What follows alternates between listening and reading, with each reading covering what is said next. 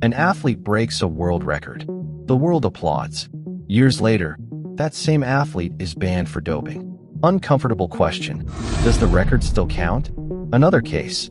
A marathon champion. Covers. Prestige. Money. Today, provisionally suspended. Do we look at those results the same way now? And another one. No positive test. No substance detected. But banned anyway. So tell me something. If there's no visible evidence, how do you prove doping? And now the question no one wants to ask. If some records are born from athletes later banned, what exactly are we celebrating? Because the problem isn't just doping. The problem is silence. The time that passes, and the records that survive. Stay, because what you're about to hear will change how you look at running forever. Doping in running isn't new. What's new is how it works today. Before, it was simple. Someone tested positive. They were punished. Case closed. Not anymore. Today, doping is quieter, more technical, harder to detect. And that's where the real problem begins. Because many athletes don't fall when they break records. They fall years later, when the spotlight has moved on, when the applause has faded. And meanwhile, the result stays. In the books, in the history, as if nothing ever happened. This isn't about pointing fingers. It's about understanding something bigger. The damage isn't just to the athlete caught. It's to the sport, to credibility, to the runners who compete clean. Because when a record is born, but later the athlete falls, the doubt never goes away. And here's the uncomfortable truth. There isn't always a positive test. There isn't always a substance. There isn't always an obvious cheat. Sometimes there are just patterns, impossible jumps, performances that don't fit. And still, there's a sanction. So the question isn't who doped. The real question is, what do we do with the results when the system arrives too late? Because doping doesn't just falsify races. It falsifies history. And that's much worse. Let's start with the case that shook world running the most. A woman crosses the finish line of a major marathon. The clock shows a historic time. World record. Headlines. Celebrations. A new human limit, supposedly. But the story didn't end there. Months later, the news no one expected. The athlete is banned for doping. 3 years. And here's where everything breaks. The suspension arrives. But the record stays. The time remains, official, untouchable, as if nothing happened. And that's when the question hits everyone. If an athlete is banned for doping, what value does the record they set before have? Because this isn't a small race. It's the marathon, the most respected event, the one that takes years to prepare for. This case changed something important. We no longer look at that time the same way. We no longer celebrate it the same way. Not because we know the full truth, but because doubt now exists. And once doubt enters a record, it never leaves.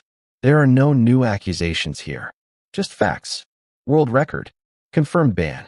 And an uncomfortable silence about what to do with history.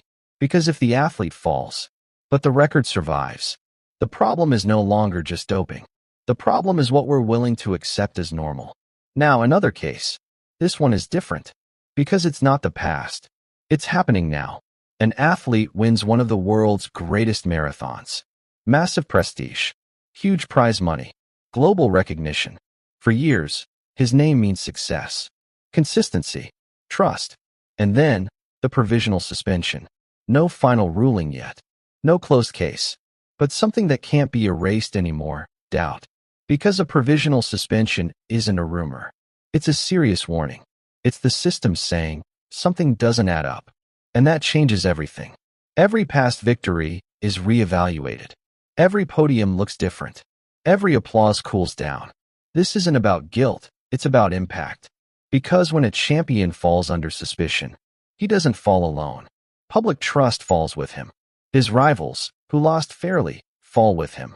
The credibility of the sport falls too. And here's the hardest part. Even if tomorrow this athlete were declared innocent, the damage is already done. Because modern doping doesn't need instant convictions. It just needs doubt. And that's devastating. This case reminds us of something critical.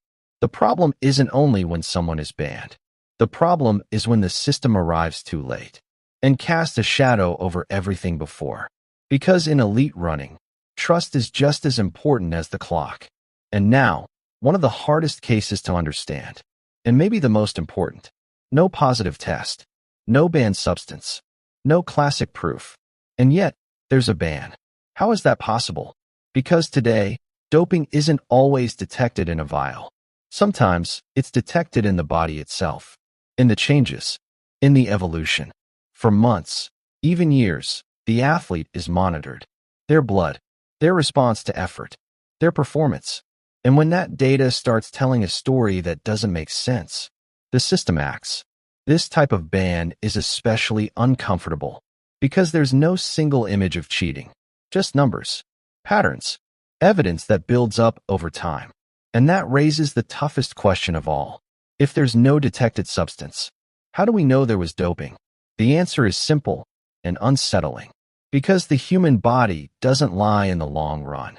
You can hide a substance, you can dodge a test, but you can't fake years of impossible physiology. This kind of case marks a turning point, because it proves that today, you don't need to test positive to be banned. That scares many, but it also protects the sport. Because if we only punished what can be seen, modern doping would win every time. This isn't about spectacle or headlines. It's about an uncomfortable truth. The system isn't trying to catch you today. It's trying to understand who you are over time. And that changes everything. Now comes the case that hurts fans the most. Because here, we're talking about an absolute record. 10 kilometers. The fastest time ever recorded. A limit that looked superhuman. For a while, that record was celebrated as the future of running. Speed, youth, progress. Until the story turned. Years later, the athlete was banned. Not for a positive test, but for a biological pattern impossible in a clean body. The ban came. The career stopped. But the record stayed. And that's where the hit lands hardest. Because when an athlete falls, but the record remains, the message becomes twisted. What weighs more? The time or the truth? This case exposes something uncomfortable. The system can punish the athlete, but not always correct history. And when that happens, the record stops being an inspiration and becomes a question mark. Not because we know everything, but because we know enough to stop pretending we don't. And now, the total opposite.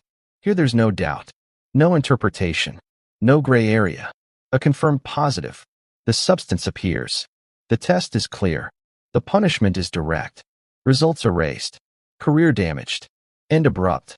This is classic doping, the kind everyone understands. The kind that leaves no debate. And paradoxically, the kind that creates the least confusion. Because here, the system works fast. It acts. It corrects. And that raises the key question. Why are some cases resolved cleanly, while others leave untouched records and unanswered questions? This contrast reveals the real issue. The problem isn't detecting doping. It's when we detect it. When the punishment comes late. The damage is already done. Not just to the athlete, to their rivals, to the fans, to the sport itself. And now, a pattern starts to appear. Not all cases hit the same way. Not all are handled the same. Not all protect the sport's credibility equally. But when you put them together, something becomes clear. There's a pattern. It's not one bad apple. It's not bad luck. It's not an exception. It repeats, over and over again. Sudden improvements. Unexplainable jumps in performance. Historic results. And then, years later, the ban. Too late. Because when punishment comes after the record, the damage is already done. The public already celebrated. The rivals already lost. The money already moved. And the sport is left with one uncomfortable question. What's the point of banning the athlete if the result remains official? Here's the key sentence. Modern doping isn't about winning today. It's about not being caught in time. Win now. Pay later. If you ever pay at all. And meanwhile, the records keep telling a story we're no longer sure is true. Now comes the most important part. Because this isn't about destroying running. It's about protecting it. Not everything is doping. Not every record is a lie. Not every athlete cheats. But the system has a problem. And silence won't fix it. The more unbelievable a result, the stronger the testing should be. The faster the response. The clearer the correction. Running doesn't need impossible times. It needs credibility. It needs us to look at a record without wondering, What we'll learn years later. Criticizing the system isn't attacking the sport. It's taking care of it.